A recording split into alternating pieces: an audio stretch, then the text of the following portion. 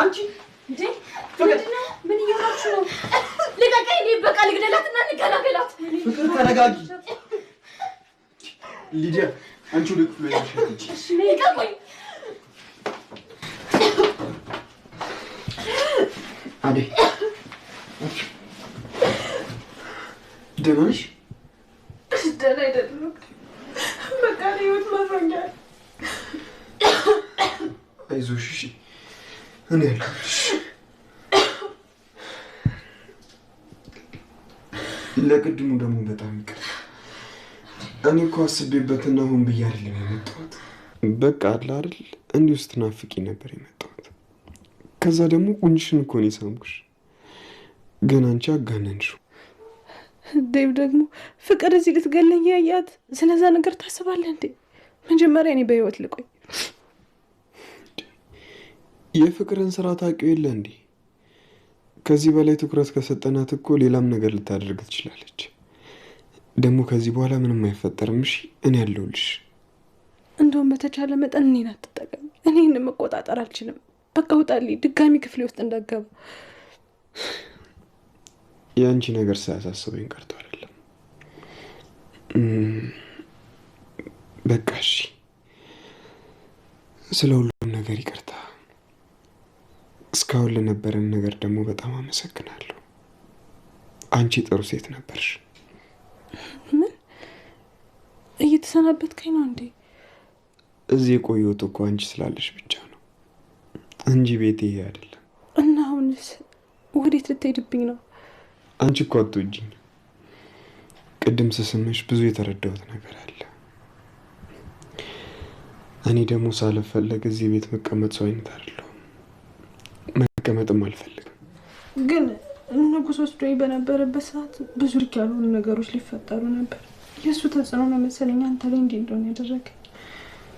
እዛ በነበርሽበት ሰዓት ንጉስ ምንድን ነው ያደረገሽ? ምንም አላደረገኝ፣ ግን እንደዛ አስቦ ነበር እኮ። ምንድን ነው ያሰበው? ሳልፈልግ ሳመኝ ነበር፣ ሊደፍረኝ ነበር ሀሳቡ። የምርሽን ነው? ደመቀ መቶ ባያስቆመው ዛሬ ላይ ምን ላይ እንደምሆን አላውቅም ነበር። ለምን አልነገርሽኝም አዴ? ብነግርህ ምን የሚለወጥ ነገር አለ? እንደዚህ አይነት ነገር ምን ተብሎ ይወራል? ቢሆንም አዴ ዛሬ የተፈጠረው ነገር አይፈጠርም ነበር። ቢያንስ እጠነቀቅልሽ ነበር። አንተ ወደ ክፍሌ ባትመጣ ኑሮ እንደዚህ አይነት ነገር አይፈጠርም ነበር። ደግሞ ስትገባ መቼ አይቼ ሊዲያና ፍቅር ሲመጡ ራሱ መረጋጋት አልቻልኩም ነበር። እኔ ይህንን ነገር መቋቋም አልችልም። ይቅርታ በጣም። ይህን ነገር ባውቅ እኮ አንቺን ለመጠበቅ ሞክር ነበር። እሺ ዴቭ፣ በጣም ይቅርታ። አውቄ አይደለም እንደዚህ ያደረኩት። ቢያንስ ለመረጋጋት ሞክር እሺ። ካላስቸገርኩ አሁን ትንሽ እረፍት ባረግ ደስ ይለኛል። እና ውጣልኝ እያልሽኝ ነው? ራሴን እያመመኝ ነው። መተኛት ስለፈለግኩ ነው። እሺ ልጠብቅሽ። ከማን ነው የምጠብቀኝ? ክፍሌም ብገባ ሀሳቤ እዚህ ስለሆነ እንቅልፍ አይወስደኝም። ስለዚህ አንቺ ተኝና እኔ እዚህ ቁጭ ብዬ ልጠብቅሽ። ለምን ትለፋለህ? አንተ ገብተህ ተኛ። ምንም የሚያሳስብ ነገር የለም። አንቺ ተኝ፣ ችግር የለውም አይደል? ግን እዚህ መሆኔ ማይረብሽሽ ከሆነ ነው። ፍቅር ከመጣች እኮ ትናደዳለች። ብትሄድ ይሻላል።